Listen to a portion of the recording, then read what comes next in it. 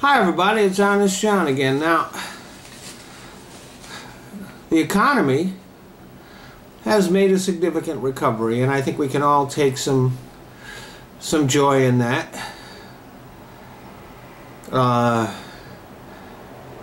It's true that more needs to be done. There are still a lot of people who can't find work, but even income inequality is decreasing just a tiny bit as wages have gone up. But the fact is that we could have almost full employment here in the U.S. The fact is that there's more work that needs to be done than we have people to do it. We have literally thousands of roads, bridges, ports, and other infrastructure that desperately need repair. Not to mention a lot of schools in inner city areas. Or how about modernizing our electrical grid or our air traffic control system?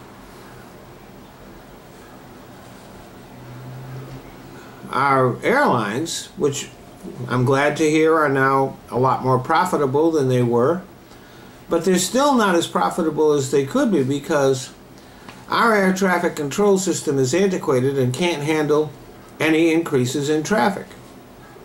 It's kind of odd that Europe and Asia have modernized their air traffic control systems, but America, that exceptional country, hasn't been able to get that done here. And don't forget, our railroads also are deteriorating. It was kind of amazing after the Amtrak crash in Pennsylvania. Our Congress wasn't talking about making passengers safer. It was talking about cutting Amtrak's budget. Now, everybody hates the idea of raising the gasoline tax, but that's where the money comes from to fix the roads. And in California alone, individuals spent $17 billion on automobile repairs attributable to poor road conditions.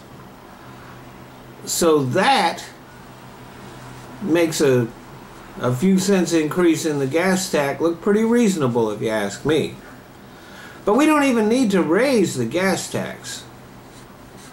We're going to spend $1.5 trillion on the F-35 fighter, which is just not working out. It's accident prone. It has a lot of glitches. It's a complete boondoggle. And we're also making weapons the military doesn't want or need that are still in production because they're being made in some congressman's district. And think about this. If we reach an agreement with Iran and wind up not going to war with them, we'll save billions of dollars from that too. All that money could be spent here. And every construction project generates jobs in other industries. If you pave a highway or fix a bridge, then you need to be supplied with materials. That creates jobs. You need people who handle the paperwork, including like payroll and accounting. Equipment has to be rented. The workers have to be fed. And if they're not near a city center or someplace where there's restaurants immediately available, it means that caterers have to be hired. So every one of these construction projects generates tons of jobs. And these aren't make-work projects. These are things that desperately need to be done. We've had bridges collapse in this country, and there will be more unless we get around to fixing them. And people died in those collapses.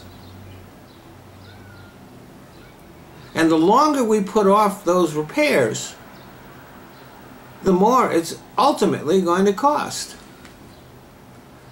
Thanks for listening.